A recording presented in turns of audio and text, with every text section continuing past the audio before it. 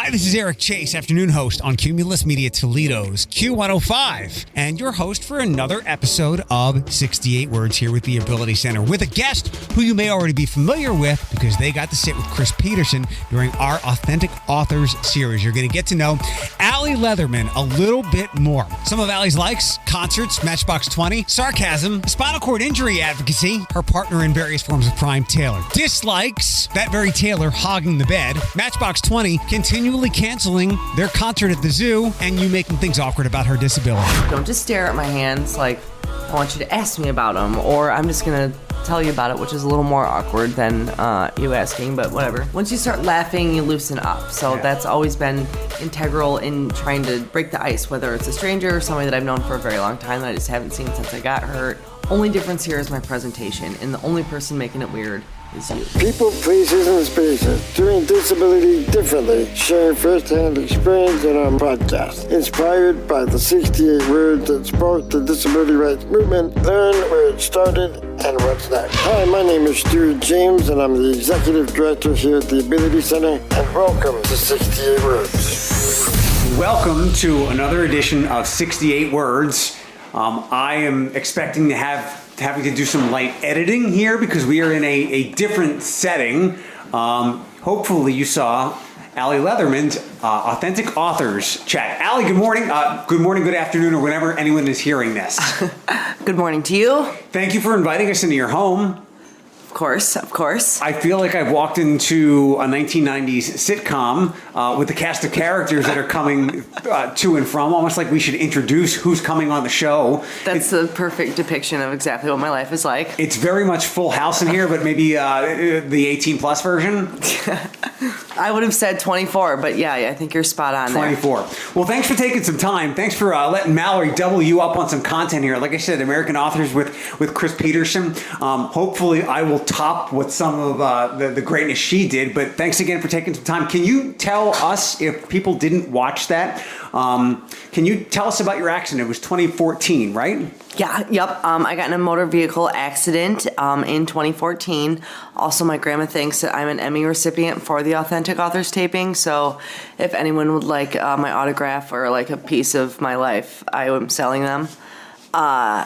Because it was all about the accident, so that the car accident, that's what got me my Emmy. You'll sign VHS copies of that, right? Yeah, of course. Stop by, and this is what this is going to be. I apologize. We're probably going to go longer than our normal 30 minutes. There will be lots of funny asides. If you want the serious take, watch the Authentic Authors. If you show up to the Ability Center, Allie will be doing weekly signings. That's Just correct. ask to see the VHS department. Do not make a left because that will be the adult films are. You want to go to the right for Allie stuff. Signings every other Saturday, the third month of even numbered years. Yes, correct. Very late in the afternoon starting. Indeed. And please, do you prefer, you like alcohol or you want coffee? I'll take alcohol with coffee. Oh, perfect. Okay. Yeah. 2014, this accident. Tell us about it. So it was a Friday night, and me and my friends were just out getting into normal shenanigans, and the night ended, and I had too much to drink, and I crashed into a tree right down the street from home, and it was awful. But I found out maybe 8 hours after the initial impact happened, that was a quarter mile down the street from my house, that I had a spinal cord injury and like a brain bleed and had like a spinal stroke and like several other broken bones throughout my body and blood clot. So then I got surgery. I woke up the next day and they were like, "You are crippled for life. Have a good day, but we're not going to give you a DUI," which would have been a little cooler. What were some of the first thoughts, which I'm sure you're tired of being asked, but this time we're recording it, so it's for posterity. Obviously, you're moving a bunch now. You're in your beast of a chair, and at some point I would like to ask you if you have a name for that. That's a great idea. What were some of the first thoughts that went through your head? I'm sure lots of confusion. Expletive, I think was the first one. Not here. That's for the pay version of the podcast. Yeah, well, walk me or you know what? Use not so colorful language to share those words, and I do mean that seriously. All right, give me a few minutes so I can think of some not so colorful words. I'm just kidding. I woke up and I was tied down, and I just hear all these beeps and machines and big words, and I see people that are not my immediate family. I knew something bad happened. I knew I was probably in a little bit of trouble, and then I saw my brother. And I knew that he was up north in Sheboygan, Michigan at our family's cottage, so I knew it was bad once I saw him. And then he was like crying, so then I knew it was really bad. And I couldn't move my arms, and I could feel something like down my throat. And I was just like, well, no, I'm not in my car. Like, we are definitely not in Kansas anymore. And then my brother was like, Al, you're okay, but you were in a really bad accident. And I'm like, did anybody get any bad stuff I might have in my car? Like, what do you mean? Let's revisit this accident thing. But where's my car, dude? And then it was just like a flood of people like, you're going to be okay. You're going to be okay. I'm like, like, get away from me. I thought I was going to, I just had no idea the gravity of the situation. I was very excited to meet you and have this conversation. I messaged Mallory when she set this up. I said, this is going to be the first vulgar one that we do, but I'm going to make sure that doesn't happen. But can I ask you if when everybody was saying, you're going to be okay, how many more curse words were going through your head at that time? Because it was insane. Yeah. It was just like, do I look okay? Right. And it was, I remember consenting for surgery. I remember my mom was holding my hand, and she was like, Al, this is bad, but you have a spinal cord injury. And I'm like, what the heck is my spinal cord? I know I've got one, but what happened to it? Like, okay, let's do some surgery. I've been very fortunate. Whenever something bad happens, I've been bailed out. I've always been a self-proclaimed spoiled brat. And so I thought, okay, I'm going to be off work for a few weeks. This is cool. Hopefully I get paid. And they started talking about lawsuits. And I'm like, this is going to be awesome. Who do I sue? And they're like, no, sweetie, you might get sued. I'm like, oh, okay. Well, all I have is my car, and that's totaled, so bring it on. I had no idea what, it was nuts. When was the oh bleep moment when you realized that you might not move parts of your body that you were moving before ever again, and this is the way life was going to be? Probably after, I was at St. V's ICU for 10 days, from July 19th to August 1st, which is the day they moved me up to U of M, and my brother's with me in the ambulance, and we're driving up, and I was like, what are all my diagnoses? And they start listing off these words I've never heard in my life, and they're like, Asia A, complete contusion, baklava, harps, I don't even know what they were saying. And there's just tears streaming down my face, and I look over at James, my brother, and he's like, okay, that's enough. And I was like, this is bad. And he's like, it's okay. And then we got to U of M, and all of my providers there were fantastic. And every day I was just like, when's this going to come back? When, am I going to walk? Am I going to be able to punch people or pinch people or, give them twisters or something ever again? And they could never really give me a straight answer. So those first couple weeks, it was just like, whoa, this might be a little more permanent than I thought it was going to be. But even then, it didn't really hit me for probably about a year or so. And then those were dark times. How dark were those times? They were the darkest times. I wouldn't wish anyone to be there, even people I don't like, and that's a pretty extensive list. Did you want to be dead? I think so. I don't think all the way. I just didn't want to be here in the condition I was in. Right. When were you able to take that first step towards where you are now, which is moving all over the place and probably reaching over to do to Mallory what you mentioned a couple of seconds ago? Probably everybody kept telling me, Al, you need to find a peer support group. And I was like, okay, maybe AA wouldn't be a bad idea. But I didn't want... It's a peer support group. It is, so I thought that we were certainly onto something there. But probably once I started Facebook stalking people who were hurt in Toledo, and I found people who were hurt worse than I was. And then I realized how lucky I am to have a little bit of hand function. I can still almost flip people off. I can still slap people. It's not very hard, but it is something that counts. When did these motions begin to come back to you? Pretty quick after I got to U of M. So the ICU was 10 days in Toledo.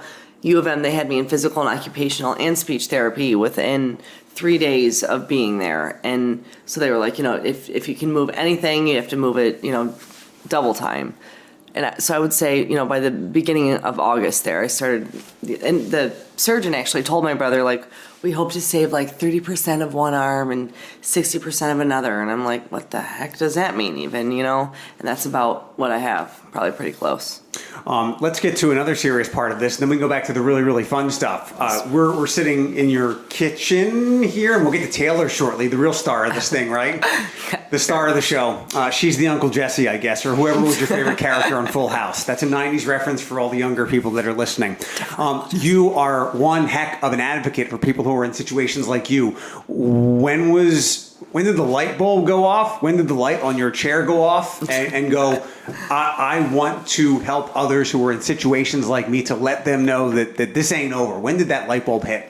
Probably the first time that we had, there's a couple people in Toledo who reached out to me upon hearing that I'm hurt. We're kind of a small select group here in Toledo that are quadriplegics, that are around my age, that understand It's like a gang. It really is. And we're always recruiting, although I don't encourage anyone to do anything too stupid. Mildly stupid things are very welcomed.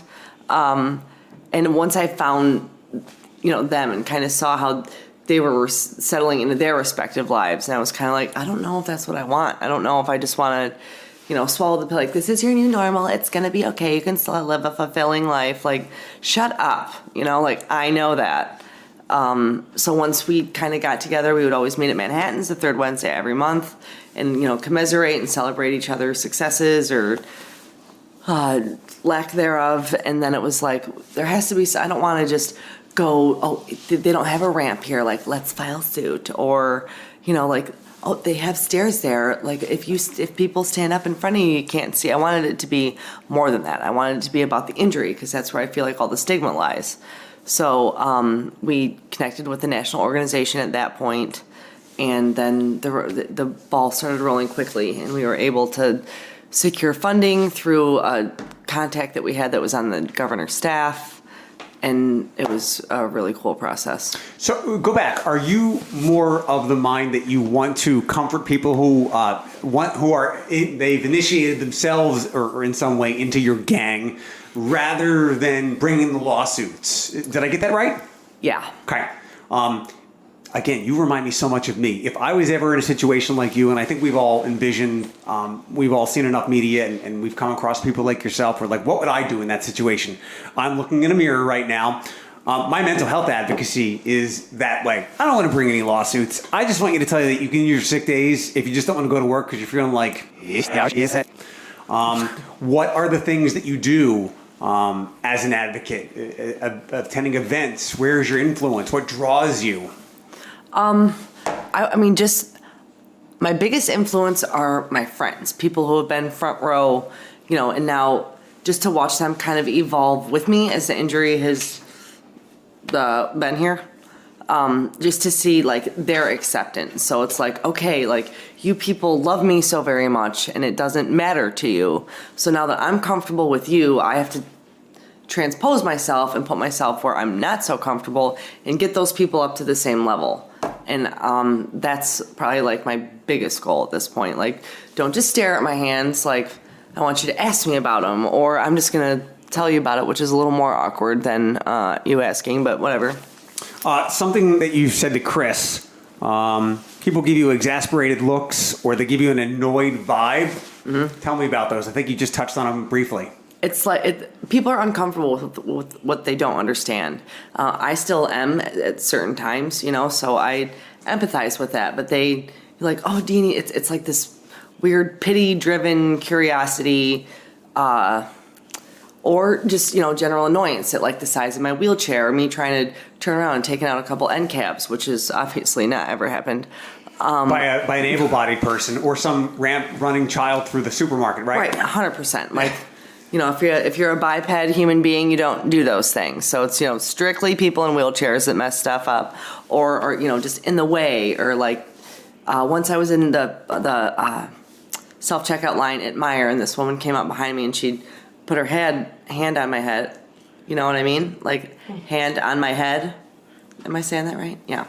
She put her hand on my head.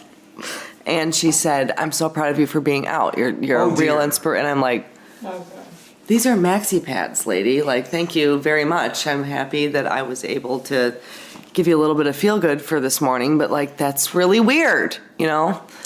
Another question around that angle. I think in the description of your authentic authors, it called you spunky. You would probably go with a more colorful word. I'm thinking of another S word. Spitfire? A little bit. I think a lot of people would describe me that way. Do you? That woman has probably put her hand on other people's head before and thanked them for way to get on with your life. You probably have a different reaction than most people who are disabled. You come right back at people. Again, I feel like I'm looking at myself. Does that put people off or often put them at comfort? I think often I've always been, like, in high school I was the class clown. I've always been kind of the I love to make people. You were funny at one point. Yeah, this has been a natural thing all 35 years. And I like to like humor. Once you start laughing, you loosen up. So that's always been integral in trying to break the ice, whether it's a stranger or somebody that I've known for a very long time that I just haven't seen since I got hurt. It's all, just to make them laugh and break it down. Like, you don't have to be nervous or jittery or worry about, like, we don't have to take a step in the right direction or, like, slow down, speed racer, like, it's okay. Like, I'm still, genetically speaking, we're all exactly the same. Like, the only difference here is my presentation, and the only person making it weird is you. What's something that still bothers the hell out of you about being in your situation that you just haven't been able to get over?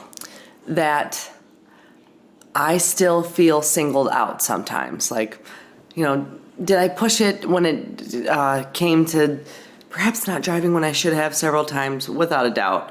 But I still feel like I was punished for it and therefore robbed. So I'm still really angry about that. But I'm also like, without that happening, I don't think I ever would have blossomed in the way where, I'm more comfortable with life and understanding all the crazy things that comes with it.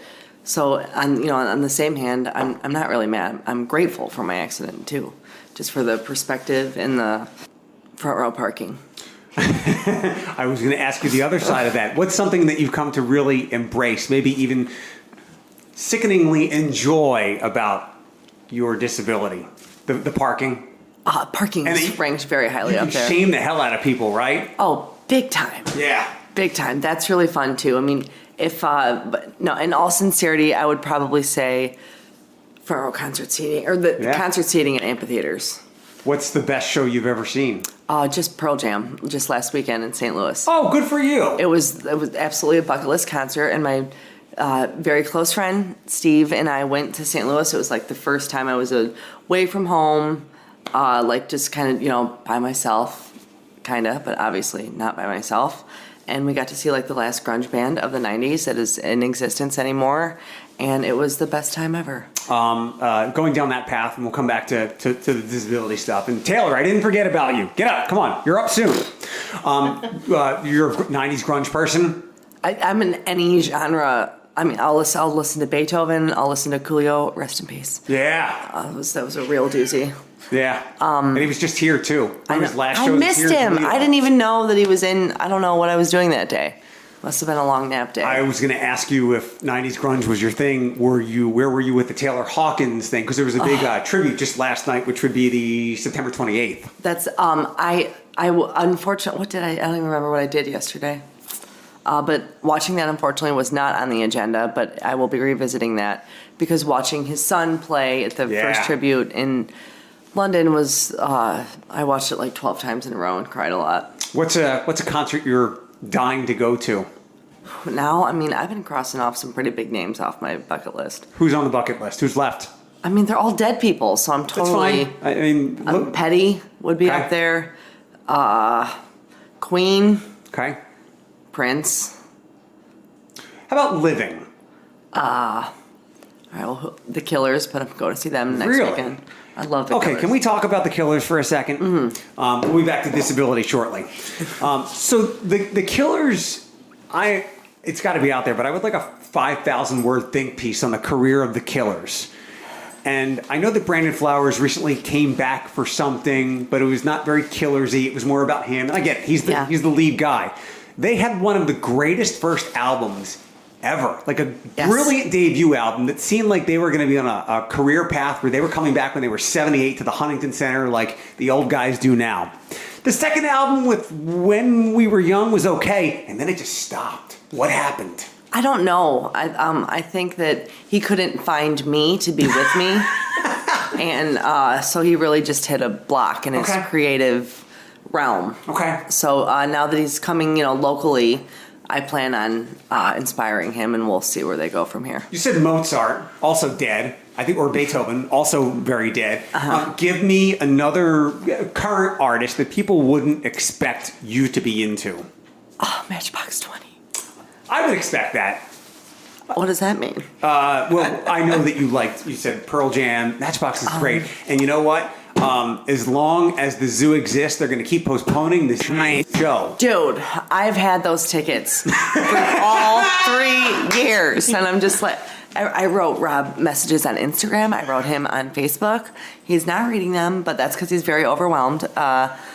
I'm so, like, are you ever coming here? Like, you guys are getting old, He's 50!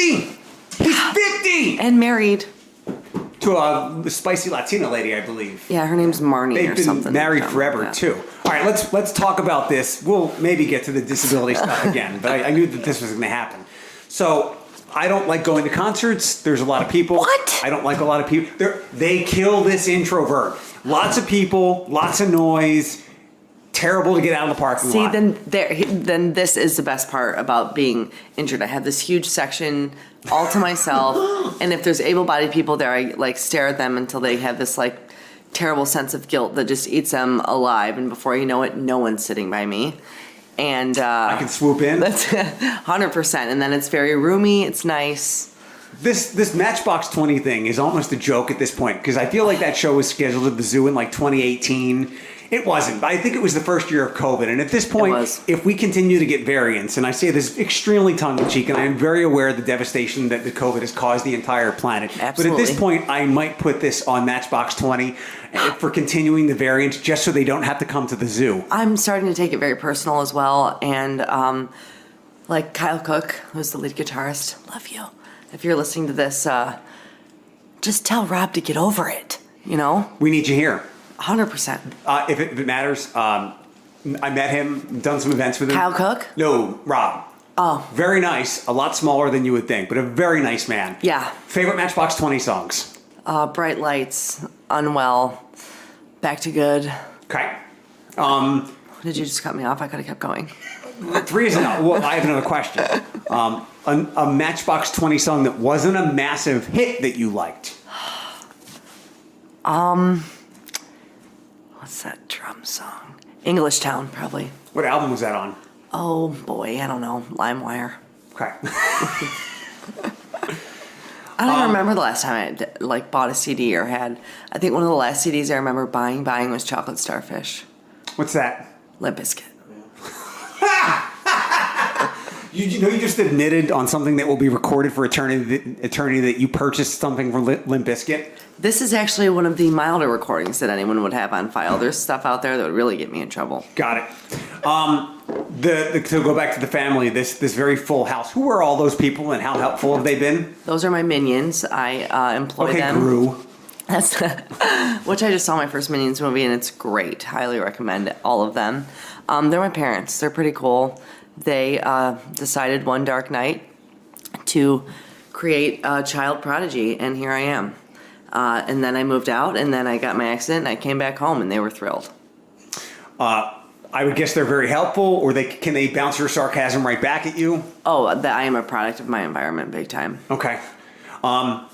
Taylor, probably in a lot of ways a lifesaver. She looks a little tired right now, tired from not being on the mic, but Taylor's here with us. Taylor is actually a little tired from the intense belly rubs that she got this morning. Her very delicately placed breakfast, snoring, drooling, and farting next to me until I actually woke up this morning. She is a product of the Ability Center? She is indeed. Tell me about her first meeting her, how helpful she's been, that moment when you're like, oh, this is going to be it. Like me and you, this is your wing girl. She absolutely changed my life. She is the little, as Bet would say, the little wind beneath my wings. I think that would be correct. When I first got hurt in 2014, they're like, get a service monkey, get a service dog. Like, why don't you service your car and like mind your own damn business, you know? And then eventually I was like, you know, everyone, I think I need a service dog. They're like, what a great idea.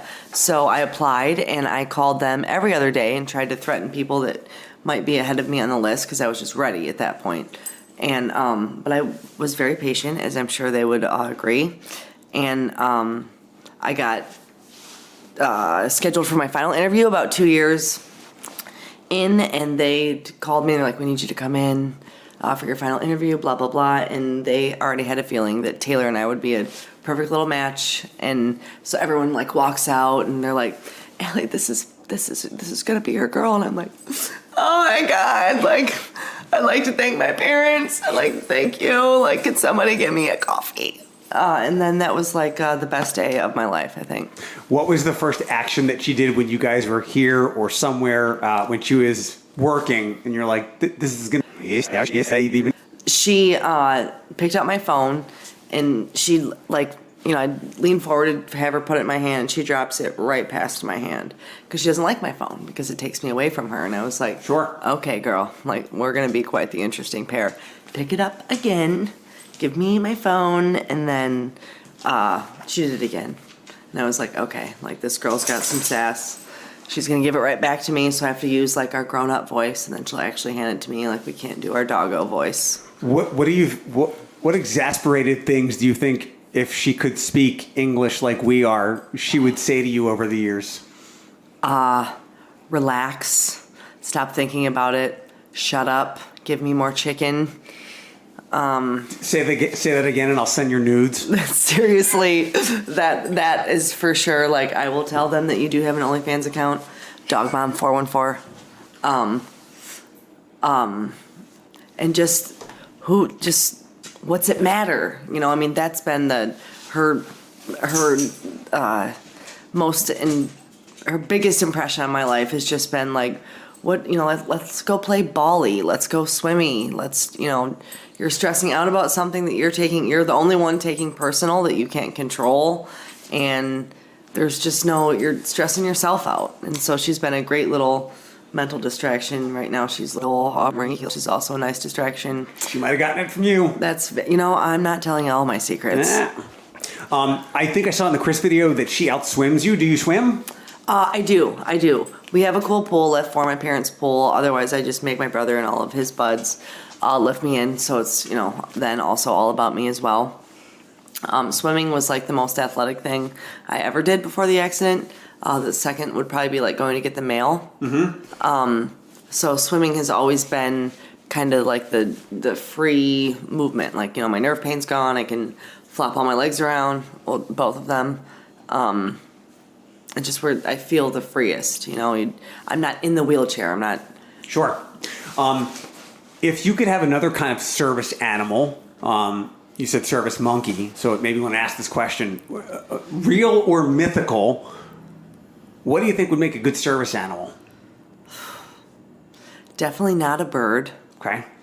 That would be absolutely terrible. A sea otter, because I just really want one. Okay. They seem quite intelligent as well. They're so cute. Let's talk about something also in your video with Chris that is relatable to either all dog owners. There's two kinds of dog owners. The ones where you don't let your dog sleep in the bed and you're terrible human beings, and then people like us where we sleep in their bed. So let's exchange stories. It's so bad. Does your dog devour you? I have woken up to little dog butt in my face. Nothing sexual or gross, but my bigger dog. I have two beagle mixes. One's 15 pounds, one's 30 pounds. Beagles are so cool. The 30-pound one does like an old woman who's been married for 50 years and just won't divorce the guy. He hates being touched. So if like a fur on his head is touched, he jumps out of bed like the building's being assaulted or somebody said peanut butter. And it's terrifying. And we have a king-size bed, but we really only need a twin. Yeah, I can empathize with that on multiple levels. I get with the spinal cord injury, I can't control my body temperature. So when I lay down at first, I always run really cold. So I put the blanket over my head. Little Miss Bougie over here also needs to be under the blanket with her mother at all times. And until I hear this little like, and then it smells like, I don't know if I can use the right descriptive words, but please use your worst imagination, because that's what it smells like. It's the most unnatural flatulence I've ever encountered in my life. It's truly stifling. Would you have taken another dog? Well, if you get another service dog, will you want to know how their farts smell before you take them home? You know, Taylor, I'm so proud of her, and it's become something that like we kind of take pride in now. So I hope not, honestly. I hope this is the only time I'll really have to deal with that. Tell me about some of your interactions when you're out places and you've got her. Do you get jealous? Does she get jealous? I swear there's like a little human operating, like in Men in Black, you know, the forehead comes up and it's that little alien. That's what's happening with her. She thinks that wherever we go, all the people in that particular place are there for her. So she like just kind of looks at them with like her nose up, like, are you gonna come over here and ask my mom if you can pet me? Because you can't, but I'll let you, and rub my belly. You know, she like right now, I mean, look at her. Butt rubs. Nobody rubs a dog's butt like me. She's really having a good time over there. I'm gonna get forgive my language. I'm gonna get nosy when I get home by my two dogs. They're beagles. She lives for that. Yeah. See, she's doing that to you on purpose. She smells your fur baby, so she's like, oh, there we go. Somebody needs the chest rubs. I can't. I'm up here. It's pathetic. So, but in all actuality, she is a great focal piece for me when I'm out. It makes me a little more approachable for kids, for people. It makes me, you know, she absorbs my anxiety. I absorb hers. That's when we actually usually take out the end cabs at Target and stuff. But she's just an instrumental piece of my life now. Were you an animal person before the accident? We had dogs growing up, but I would like put their tails in like vacuum hoses and like dress them in clothes. And I was, you know, perhaps slightly mean at times, you know, but all in good fun, all for, Sure. you know. Mallory, I have two Jordan questions for the next DAE. What happens if you want to get someone a service dog and they don't like dogs? Like we don't service cats. And then two, can they get could Allie get another dog if she wanted? She could? You need a second dog. I want like a second, a third, and a fourth dog. Now my dad Service would probably dog, the dog gang to go with your spinal cord Taylor gang. Hello. Yes, I like yes. My dad would probably not be very excited about picking up, you know, 4 dogs landmines of pooey all the time, but that's his problem, not mine. You know what I'm saying? When you're not doing concerts? What does a day look like for you? Unless you have random podcasters coming into your kitchen.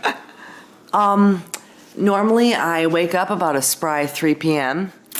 I'm a huge, you know, I mean, besides music, I'm a huge nerd. I love to read. I love to write. I love, you know, philosophy and like deep things in life. Like I'll just sit outside and listen and watch. I mean, otherwise my social life is extremely full. I mean, none of my friends have missed a beat. I love all of my little nieces and nephews very, very much. And so every other day, if it's not being consumed with a concert in the tri-state area, it is absolutely consumed with all the little munchkins in my life that are the absolute best. Again, I knew that we were gonna. I think we like one another. I like you. You don't have to like me. It's totally fine. No, I absolutely do when it's out. I hate the small talk. Like the other day when that refrigerator hit the asteroid to save us. I didn't want to talk about the little things. I wanted to go, why did the dinosaurs think of this? Like, what happens if the dinosaurs did think of this? Would we be here right now? I know. Let's solve the What big if they problems. never were extinct? Yes. Would we be their minions now, or would we not be here at all? These are important questions. How can people get in touch with you other than the OnlyFans page? That's not everybody's thing. Because you are the kind of person that could probably take anybody. And while it's lots of biting sarcasm now, I think you could spin it the other way and really provide comfort to people who are in your situation. And you would make a great spinal cord therapist. Thank you, first of all, for saying that. You're welcome. That is certainly something that if I ever catch wind of someone getting hurt in the Toledo area, I will stalk you. I will find you. Like a Jehovah's Witness kind of thing? Oh, I don't big mean time. to offend anybody there, but... No, it shouldn't be, because they are dedicated and good at their craft, just like I am. So that is certainly what I aim to do, and just, you know, normalize it. I mean, life doesn't discriminate against anyone at any time. you can make every single right decision in the world and it still wouldn't matter. Something can still happen, and you have to be prepared for that, and you have to be prepared to love your person through it if it's not you, and be loved through it if it is you. And so that is, I think now that's kind of my little purpose, just to break it down and make it approachable and make it understandable and make it, when we passed the research bill, which we have done for a second round, the third round will be up for bids next year. We went down to Columbus and lobbied to these congressmen and women, and we're in their office, and you can tell they're a little uncomfortable, to have like 5 wheelchairs roll in there and be like, hey, give us $3 million, and we would like to put forth some curative therapies towards spinal cord injury. And they were kind of like, no. And then I was like, listen, you could fall down the stairs tomorrow, Beatrice, and then you're going to be SOL. So why don't you look at the people who already have fallen down the stairs and give us throw a dog a bone here.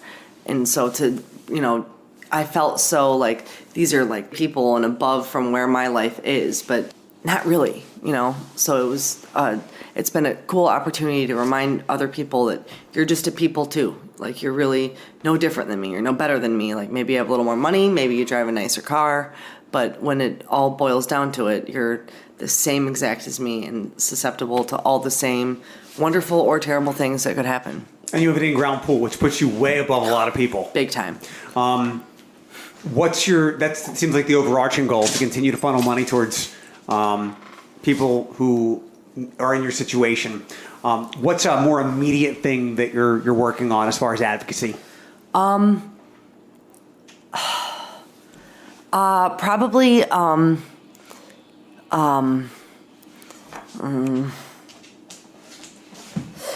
restarting my peer support group. Okay. After COVID hit, that really put a hiatus on things, and we were scared, they were scared, everybody's scared. So now I've been kind of trying to reignite that fire, and it's hard, you get settled into your life, and you're, it's kind of like, we got the research bill passed, we have a group established, so like we need something tangible, we need something to do, and that's not necessarily true, but we have people in the club that got married, that bought houses, that got their first service dogs, that moved away, that are in other various departments of life gallivanting. So that's what I would just like to restart it and get find our footing again, no pun intended, har har. So where can people find you to be a part of this? On Facebook, it's SCI Connect Toledo is our little group page. I'm Allie Lev on Facebook. Anyone can message me. Feel free to also donate to me specifically, only me. Right, like Starbucks gift cards welcome, Joseph's Beverage gift cards welcome. Lots of peanut butter, things like that, PetSmart or wherever you go. Yep. Is there anything that you didn't get to, or maybe said with Chris that got cut, or things that we didn't touch on here that you want to get out there before we wrap up? Just the when something happens to you, not to forget the strongest part of you, which is your voice. Whether you're, your mind is a powerful, powerful thing, and it can be your worst enemy, or it can be your biggest thing. The strongest part about you is your voice. Find out how you can get it back out. You don't have to sit in silence and suffer ever. And I think once you get that, and once you're aware of how much you can still exercise despite any physical limitation, that's where the real magic stuff. And people are watching you. I've had so many people come up to me at some point and just been like, Al, I don't think I could do it if I were you. I'm like, yes, you could. Like, that's, almost insulting to me on a certain level. And like, you're certainly not giving yourself very much credit. What other choice did I have? Mm-hmm. What am I going to blast my brains out after I just put my family through this awful thing, and I got to witness us all come together and, make the house accessible in a matter of a month, and get me a roll-in shower in the matter of a month, and all my friends were putting wrist weights on and encouraging me to do all this stuff, then I'm going to be the one that poops out? Like, no, you wouldn't poop out either. You're stronger, Christopher Robbins. You're braver than you believe and stronger than you think, and there's beers in the fridge or something like that. Awesome. We're done. Thank you. Thank you. This is Chief Armstrong of Toledo Fire and Rescue. 68 Words has been a production of the Ability Center, hosted by Cumulus Media's Eric Chase. Engineering provided by Will Mellon and executive produced by Mallory Crooks. If you, your group, organization, or business is interested in hosting a disability awareness experience or have other inquiries, please contact info@abilitycenter.org. Until next time, think differently. Think differently.